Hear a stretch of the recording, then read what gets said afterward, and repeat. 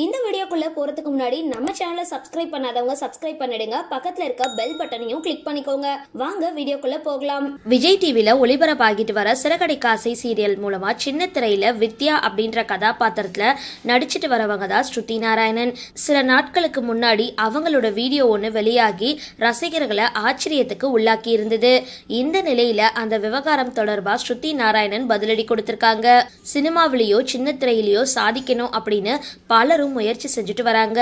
இந்த நிலையில சினிமா மற்றும் சீரியல்கள்ல பெண்களுக்கு வாய்ப்பு வேண்டுமா, அட்ஜஸ்ட்மெண்ட் செய்ய வேணும் அப்படின்னு ஒரு பிம்பம் இருக்கதான் செய்யுது.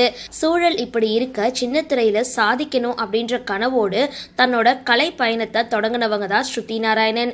சென்னையை சார்ந்த அவங்க கல்லூரி படிக்கும் பொழுது நடிப்பு மேல இருந்த ஆர்வம் காரணமா சின்ன திரையில நடிக்கிறதுக்கான வாய்ப்பு தீவிரமா தேடி சீரியல் வாய்ப்பு கிடைச்சி நடிக்க தொடங்கினாங்க.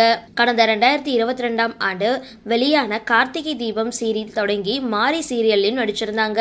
ஆனா அவங்களுக்கு மிகப்பெரிய திருப்பு முனையா கொடுத்த சீரியல் அப்படின்னா அது சிறகடிக்க ஆசை சீரியல் தான்.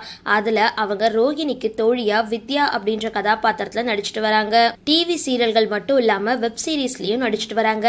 அதாவது சமந்தா ரீஎன்ட்ரி கொடுத்த ராஜ் அண்ட் TK இயக்குன சிட்டால் ஹனி பனி வெப் சீரிஸ்லயும் முக்கியமான ரோல்ல நடிச்சிருந்தாங்க. இந்த நிலையில சில நாட்களுக்கு முன்னாடி ஸ்ருதியோட ஆபாச வீடியோ ஒன்னு ஒரு சமூக வலைதளங்கள்ல பரவிட்டு வந்தது. அதை பார்த்த பலரும் அதிர்ச்சி அடைஞ்ச நிலையில வாய்ப்புக்காக தான் அவங்க இப்படி செஞ்சாங்க அப்படின்னு பலரும் பேச ஆரம்பிச்ச நிலையில ஸ்ருதி தற்பொழுது அந்த வீடியோ குறித்து பதிலளிச்சிருக்காங்க. இந்த நிலையில ஸ்ருதி நாராயணன் இந்த விவகாரம் குறித்து தற்பொழுது தரமான பதிலடியை கொடுத்திருக்காங்க. அதாவது தன்னோட இன்ஸ்டா ஸ்டோரியில ஒரு AI குறித்த வீடியோவை பகிர்ந்திருக்காங்க.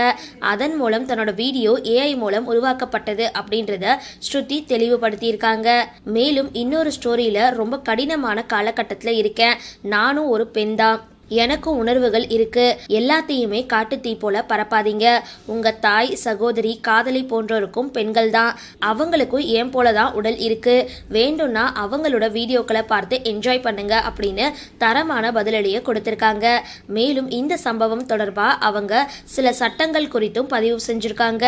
சரி, இந்த வீடியோ பத்தின உங்களோட கருத்துக்களை கீழே கமெண்ட் பாக்ஸ்ல போஸ்ட் பண்ணுங்க. வீடியோ பிடிச்சிருந்தா லைக் பண்ணுங்க, ஷேர் பண்ணுங்க, மறக்காம டிபி காபி சேனலை சப்ஸ்கிரைப் பண்ணுங்க.